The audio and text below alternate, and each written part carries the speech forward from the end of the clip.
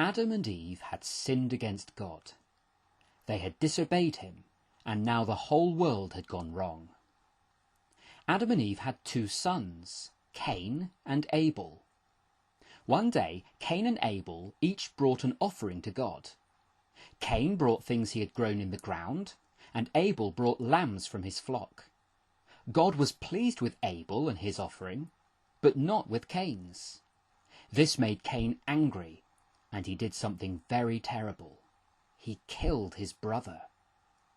God sent him away from everyone else. Adam and Eve had other sons and daughters, and they had children, and their children had children. More and more people were filling the earth. Some people lived a very long time, but in the end, everyone died. All apart from one man, Enoch. God was pleased with Enoch and took him to be with him. The world got worse and worse. People became very evil, and the earth was full of violence. God saw how wicked people were, and he was grieved and saddened. He spoke to a man called Noah and told him that the world would be destroyed. A great flood of water would come over all the earth.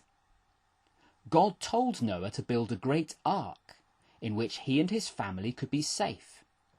2 of most kinds of animals that breathe air would also go in the ark, and 7 of some kinds, along with plenty of food.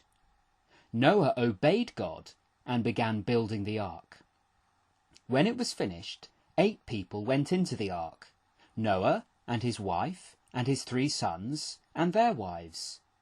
They were joined by all those animals, at least 2 of every kind of beast and bird, livestock and creeping thing.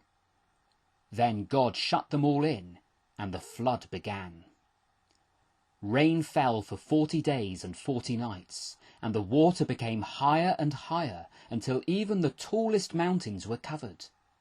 The only people still alive were those in the ark, Noah and his family.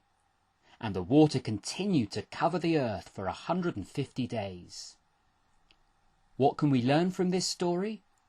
That sin is very serious. It ruins the world and grieves God. And we learn that God punishes sin. But we also see that God gives a way of escape. Noah found safety in the ark, and we can find safety in Jesus.